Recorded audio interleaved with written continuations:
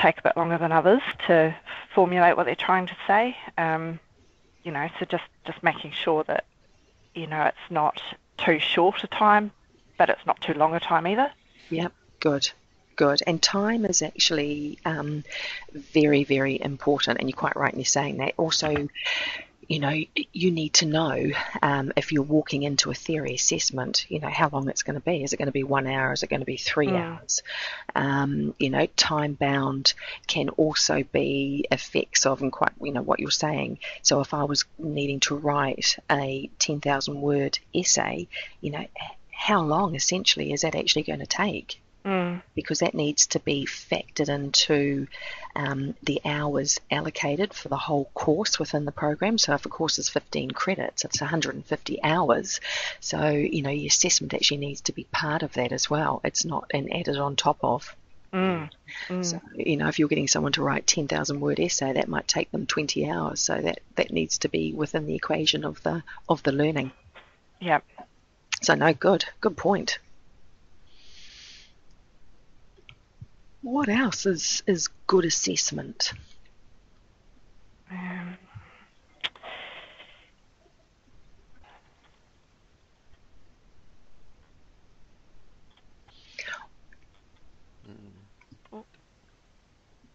So what about things like all the required resources are available?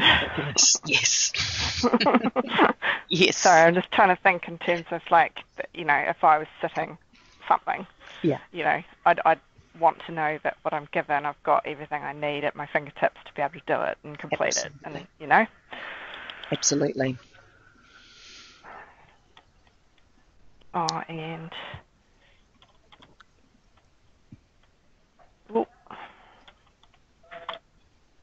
this really strikes a chord with me.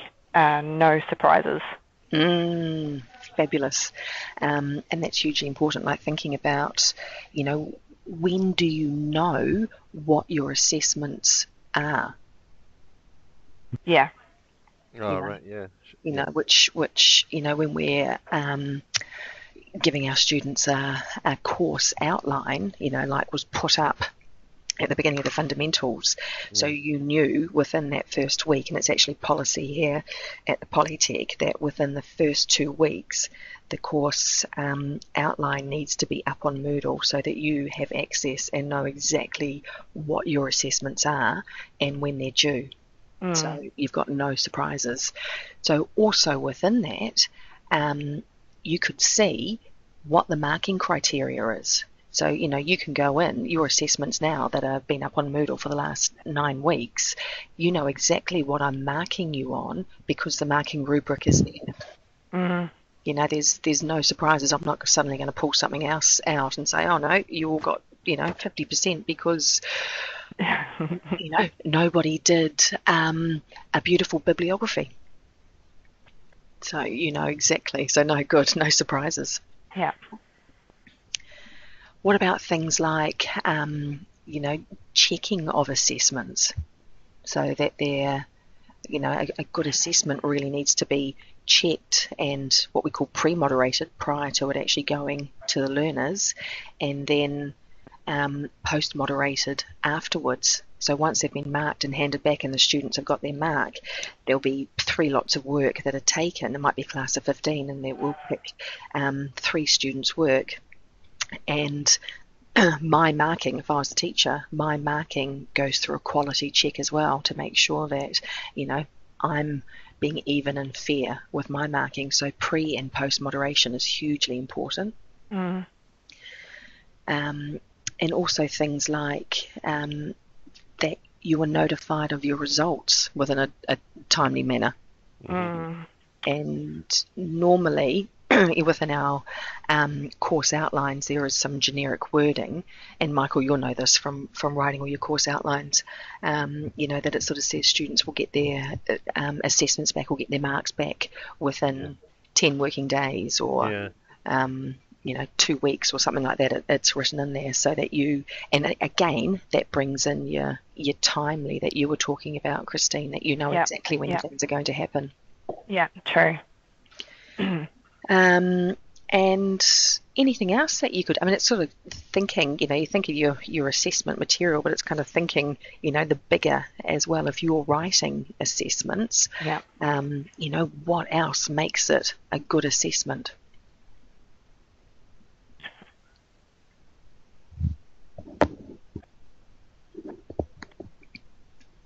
Which is tough because a lot of assessments are flawed, and it's actually very, very difficult to write a non-flawed assessment.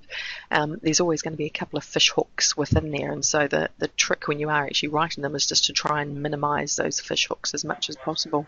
Yeah, all the fish hooks get identified, and that's quite...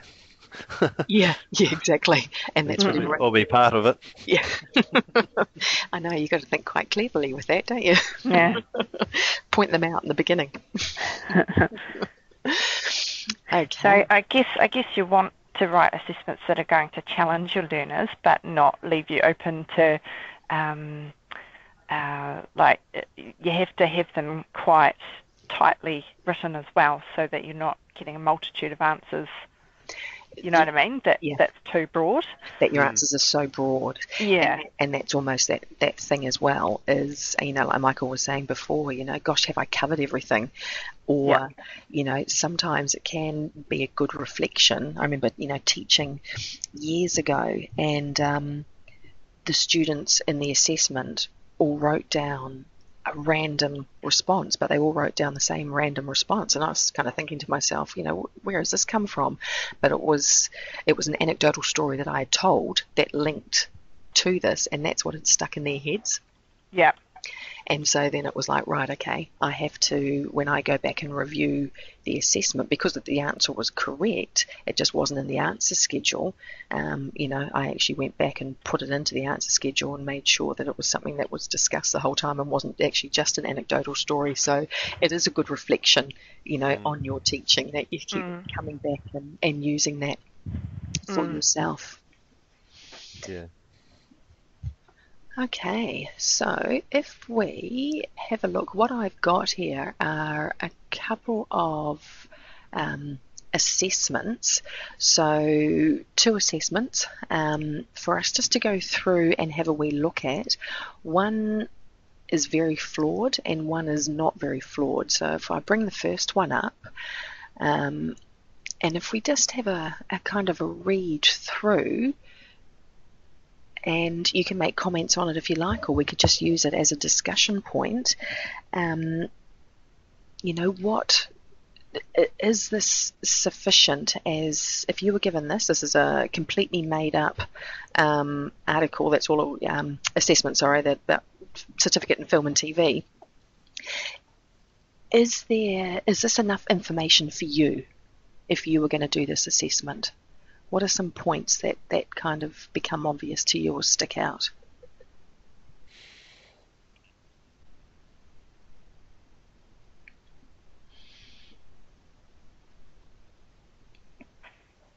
Well, that first sentence really bugs me.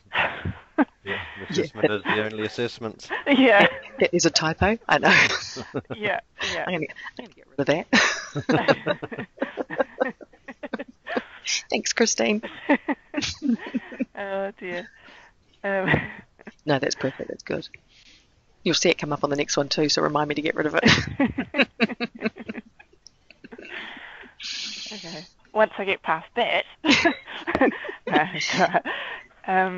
You're like me. I get stuck on these things. Road signs that are spelt wrong.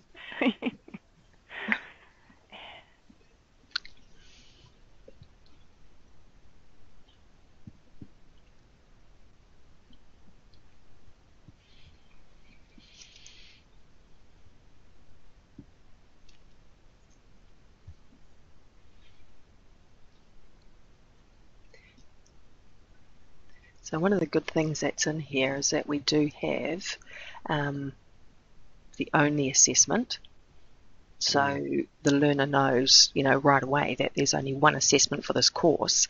And, otherwise, if you sort of look back to our assessment, the first teaching observation, it'll say this is the first assessment of 2. So, that straight away how many assessments are within the course. So you're not sort of thinking that you're going to walk in and sit this and that's it and you complete it. I actually reading through this, I'm finding this assessment a bit vague. Because it's saying that I'm going to be assessed on my use and maintenance of moving a camera, which implies that somebody would have to watch me filming, and then also, the composing of shots and the raw footage that I've shot, which would be the output, the work that I have filmed. But it does, and it says the conditions of assessment you may use both in class and out of class time. So it doesn't really tell me when I'm going to be assessed and watched using the camera, and it doesn't tell me, it just doesn't define it. You know what I mean? So. No, it doesn't, and that's really good. And the other thing is, are you being watched? Well, yeah, that's the thing. Because you've just made that assumption. Yeah. But it doesn't say. So no, well done. That's really good to spot that, because that is a big thing. How actually is this assessment being undertaken? What are you doing? Yeah. Because you don't know. No. Great. So it says the topic will be agreed to with your teacher, but it doesn't really sort of say much else about what will happen with the teacher. It says it's an individual work. It implies it's largely, a self-directed thing. But it's just, to me, it's just not clear enough. Yeah. No. So they wouldn't know whether you're with the maintenance either. Good camera use and maintenance. How would they know? That's right. Fantastic. Yeah, because what's an excellent shot? So how do I know that I've filmed that right? In terms of is it being marked on the lighting used, the focus on the subject, etc., etc. Yep, absolutely, absolutely. It doesn't.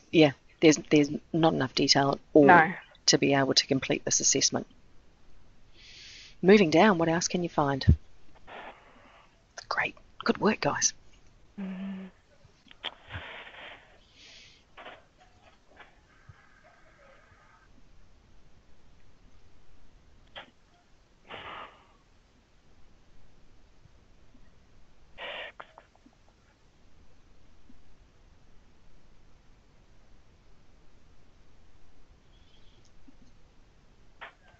What about the reassessments? This.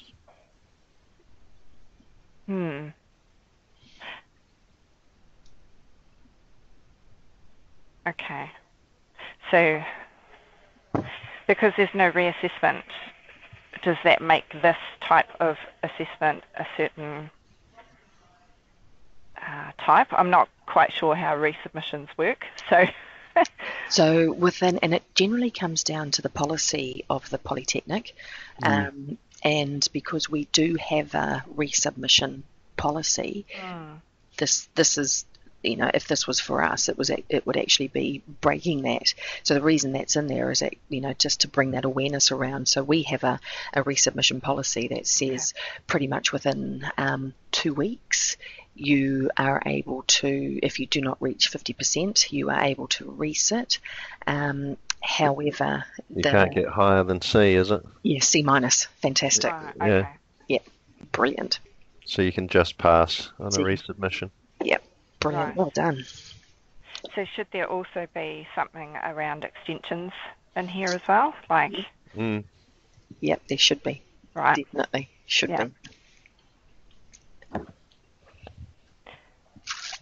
Okay, so we have our learning outcomes: use and maintain a moving image camera, and compose shots and shoot raw footage, for a moving image production. So they're pretty clear. What about the assessment criteria, looking at the rubric?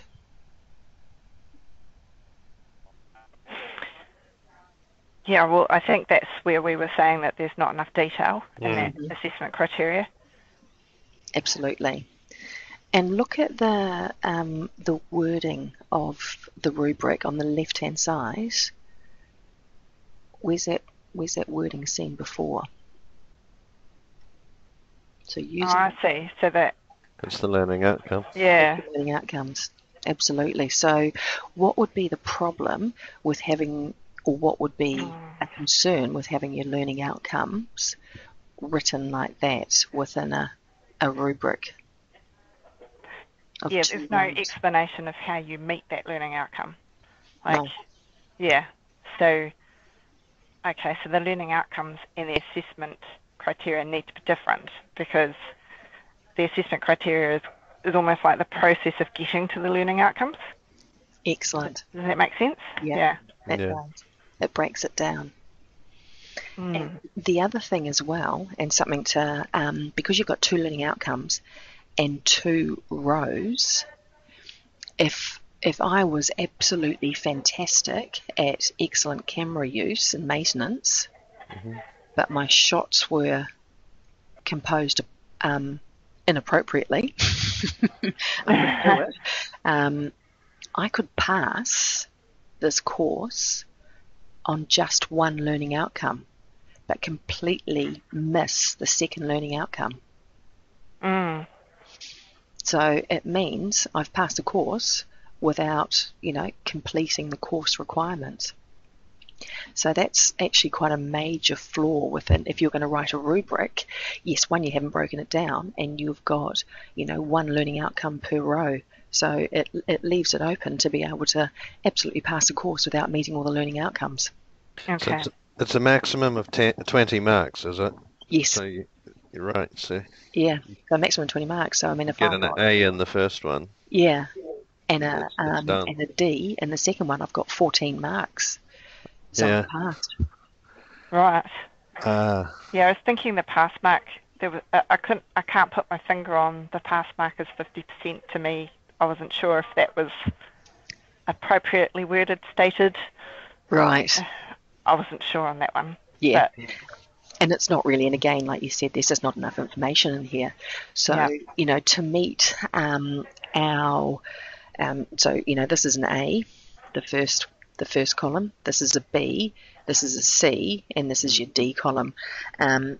This C column is your 50, 60%, and that column really meets the learning outcome. So the wording should be, should be quite similar to the criteria of the learning outcome, sorry. And then, that's better, and that's even better. So let's have a look at one that is not as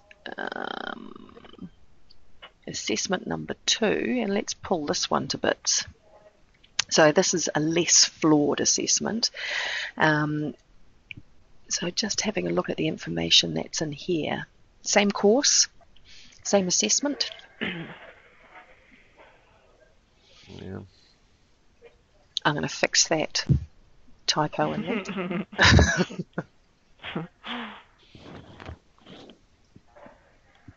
Oh.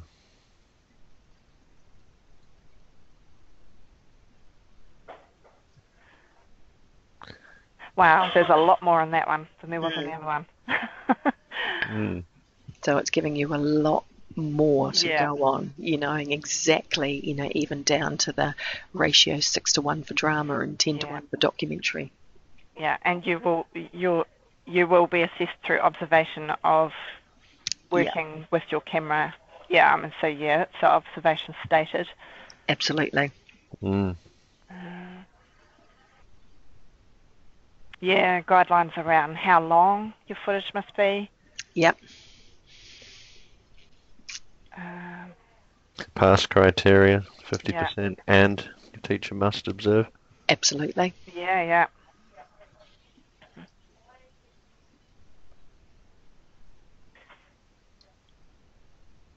Oh, safe working practices, that's really good too, considering you're out on your own. Definitely. For a lot of it as well. Let's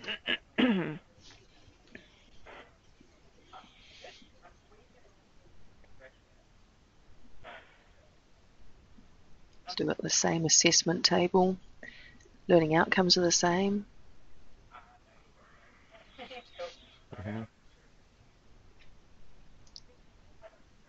So So we've got a teacher observation and attestation. Yeah.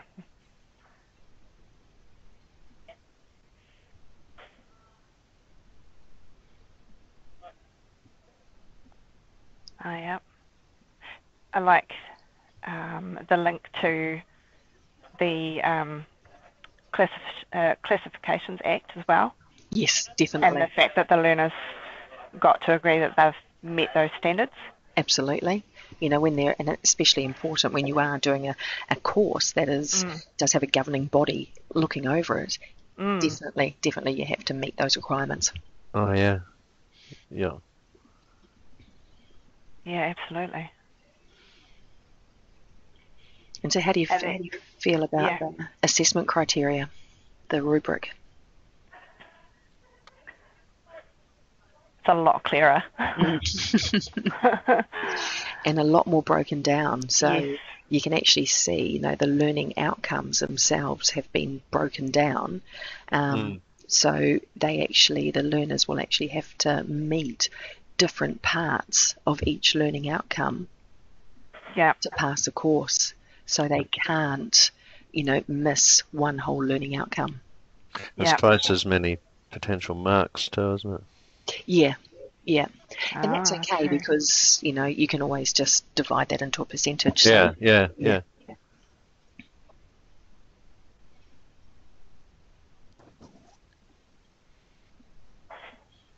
And the cover sheet that goes with it is really good because and obviously the learner has to submit this because it's got a signature that they have to sign. So when they receive it back with a cover sheet, that's really good and clear results Absolutely. process. And having them sign it as well, as it shows that authenticity, that it is their work, which again is hugely important if you're not there to see it the whole time. And the other thing that is important is this comments box down at the bottom.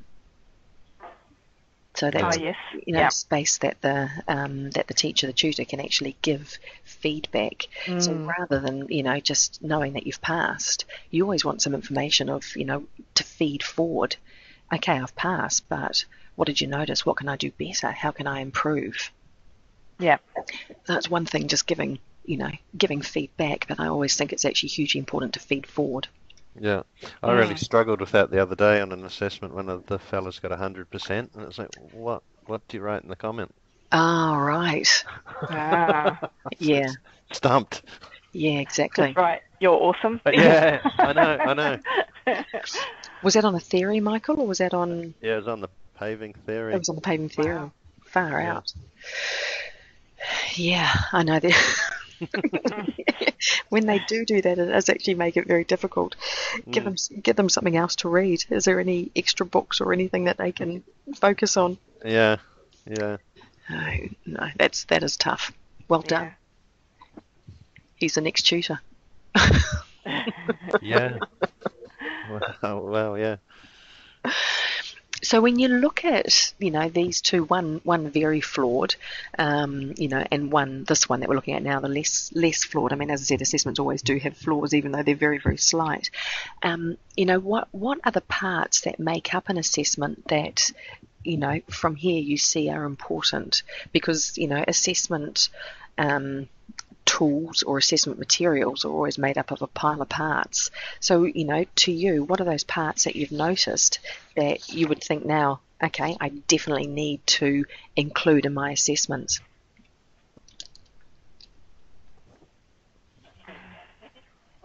And flick back through here to prompt your memory as well. If you were going to write an assessment, what are the parts that need to go into it?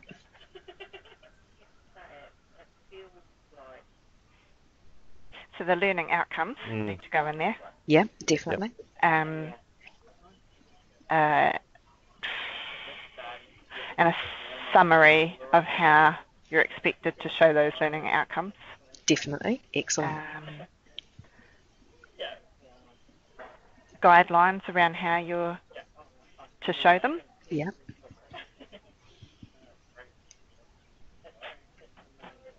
I guess, the conditions. I'm tempted just to read all the headings. Yeah, yeah. A pretty a thorough assessment criteria is pretty cool. is Crucial. huge. So I'm Yeah. just going to go back to conditions. What would you want to see within the conditions? What sort of information would you like to see? Say it's a theory assessment. What would be some information that you would want to see for a theory assessment? Whether it's open book or Yeah. Open book, closed book? Yeah.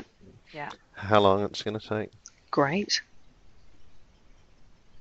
What if it's a, like this one, they're going out and filming? What would you want to see in the conditions?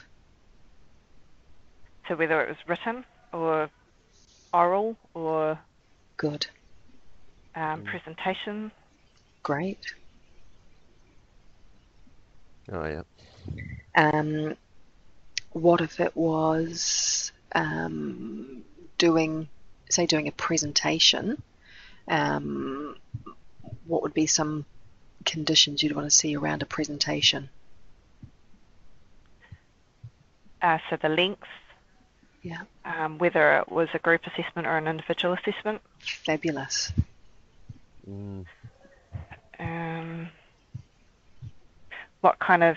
How you were, like, whether you were, I don't know, I'm thinking whether it's a PowerPoint presentation or whether, you've got a variety of mediums you could use. Wonderful. Would you state that? Would you sort of state, right, this is going to be a PowerPoint presentation, or would you suggest that it could be any multimedia? Yeah, I would leave it probably a bit more open, just to indicate that they can feel free to present the way with the multimedia platform that of their choice or something, or maybe. Yeah. So of their choice, would there be any other reasons that you would give them choice? Depending on what we'd already used in class. Good. And some, various teachings that we'd already covered. And as a teacher, I would probably hope to try and show a little bit of PowerPoint work and, present in other ways as well. Yeah, definitely. And also, thinking about what your students' strengths are as well. For some, it might be completely overwhelming to get onto technology and create a PowerPoint. It might be easier to create a poster. So, to ensure that nobody is penalised on what their technology abilities are or what their confidence with presentation is, that you can offer different. Excuse me for a sec. Sure. Yep, sure. Other things that Michael did bring up as well was, he said the open or closed book. We tend to get quite excited, when something says open book, because you're sort of like, oh great, this is easy. Are there would you see any concerns with an open book assessment? I think you'd have to identify the book that you're supposed to use for a start. Absolutely. And again, that really needs to be under your conditions. Yeah. They can't bring in a whole library. They can just bring in one book. And maybe in the digital age, whether there was a ban on gadgets and things like, Yeah. Because if it's open book, does that mean you can use your cell phone as well, or, Absolutely. laptop? What about, and I have seen this with one course, it's not through here, where it's an open book assessment, and all they are doing is actually just basically finding and transcribing information. So even though the student who's being assessed will know, it's an electrical course, they will know the answer to the question, they actually have to write the answer down verbatim from the book. which is a little bit of a concern, I think, because you are actually only then finding and transcribing information. You're copying something straight out of a book. Yeah. You're not being assessed on your knowledge, you're being assessed on your ability to find Yeah. information. So that can be another wee trip up with having an open book assessment. Right. So the idea would be that they would answer the question in their own words using material from the book to support it. Absolutely. Yeah. Absolutely. Perfect. And so in the higher level quals, you could even bring in APA referencing into that assessment? Yep, definitely. You could, and that should be within your rubric, but you'd be very careful about how many marks you allocated to that. Right, because it's not within the learning outcome. Right, okay. So you could give a couple of marks for it because at a higher level you would expect that people do know how to APA reference or cite correctly. Yes. But, your learning outcome may have nothing to do with APA referencing. Okay. So there is a way, and that's one of those sort of fish hooks or those wee flaws. You do want to allocate marks for it because it is hugely important at set levels. But it won't be. It's not officially able to be marked. So it's one of those sort of you've got to be a bit clever with it. Okay. Yeah. Anything else that, say with with our materials, we need our assessment activities, which is, really what you're looking at here. What actually is the assessment? Michael mentioned marking guidance, and, your marking guidance aligns with the assessment activity. That your marking grades are not too broad. Sometimes you might end up with, say, 20 to 15 in the A column, and then you might end up with 14 to 10 in the B column, or even broader. And it can make it really, really difficult to actually decide, right, is this person a 10 or are they a 14? I've seen, sometimes the grading allowance being 15 marks. So I kind of like it when you've only got, a difference of 1 or 2 within there, and it makes it a lot easier for you as the marker to decide, is it a 9 or a 10? And also, it leaves less room for the learner to be able to come back and kind of say, look, I did as much work as Mabel sitting next to me, and she got 10 and I got 5. How do you sort of differentiate? How did you work that out? So it removes that ambiguity of your marking. Right. So it's another really fair way. And your marking cover sheet, and the important part of your marking cover sheet, as you said, is that you've got your results, the possibility of a reassessment, your signatures, and definitely your comments box. And that it's written at the appropriate level. Thinking about your literacy and numeracy abilities of, if you've got a level 3 course, you're not going to throw in words, that are higher in Bloom's taxonomy that are going to completely stump somebody. You're going to keep it, within the ability of a level 3 learner. Wonderful. That pretty much brings us to the conclusion of our assessment, the bigger picture tutorial. Thank you for taking part. Well, I've found that really good to be able to see a flawed assessment versus a good assessment. I think that really showed some key points. So It helped me understand that. So thank you. No, that is a pleasure. And it's those things that, if they're in your mind, and when you do start writing assessments, and especially when you get into the assessment course within this program, it'll give you that really, head start of some of the basics of what need to be within your assessment materials. Yeah. Wonderful. So, Christine, you're here on Monday afternoon. We've got a face-to-face on Monday afternoon. True. Are you able to... I should, hang on. Yeah, I should be all right. You should be all right? Yeah, we're closing early at 4 because of low staffing, but we're covered up till 4, so that's fine. Yeah. Yeah. So 3 to 4 is okay. Yes, yeah. It'll probably only be, 3 of us in here again. It's actually quite nice. And then we're online again on Friday the 28th. Okay. Great. So next tutorial is providing effective and meaningful feedback, and it really is our last official tutorial. There is times for another one, which I actually kept quite open, just as a bit more of a discussion, bring in any concerns anybody has, or even just to chew the fat. Okay. Fantastic. Awesome. Oh, well, you both have a wonderful weekend. Yes, you too. Absolutely.